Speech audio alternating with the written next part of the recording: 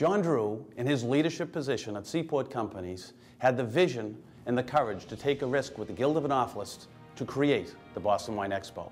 The Boston Wine Expo was created 20 years ago at the urging of Francois Niveau. There were two main objectives at the time.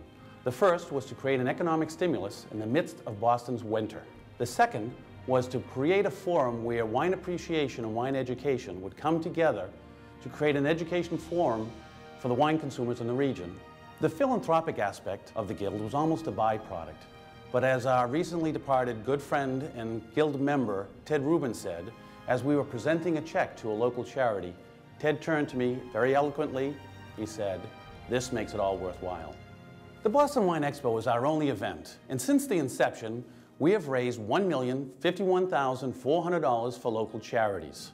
The Guild of Oenophilists had a board meeting. During that board meeting, we were informed that the then New England Shelter for Homeless Veterans was in a fiscal crisis.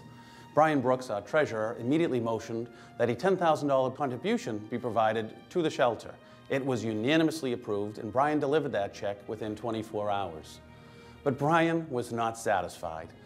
Brian then proceeded to investigate the possibility of hosting an annual dinner to support the New England Shelter for Homeless Veterans. Once again, we turned to John Drew in the Seaport Hotel, who provided in-kind services that enabled an incubator approach over 4 years to develop the Leave No One Behind dinner. There are 4 particularly generous members of the Guild of Oenophilists that supply the wine for tonight's dinner, and they have for every year. Ruby Wines, MS Walker, Carolina Wines, and Classic Wine Imports, both of the Martignetti companies. Their generosity goes far beyond what they do with the Guild of Oenophilists, and I am very proud to be able to call them my friends.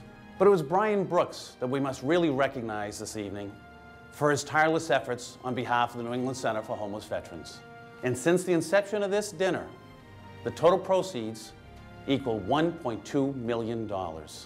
Thank you, Brian Brooks, for your extraordinary leadership on behalf of the New England Center for Homeless Veterans. Thank you to all my colleagues on the Boston Guild of Oenophilists.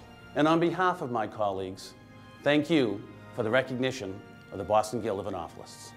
It is with deep appreciation that the New England Center for Homeless Veterans presents the Boston Guild of Oenophilists with the Battlefield Citation Award.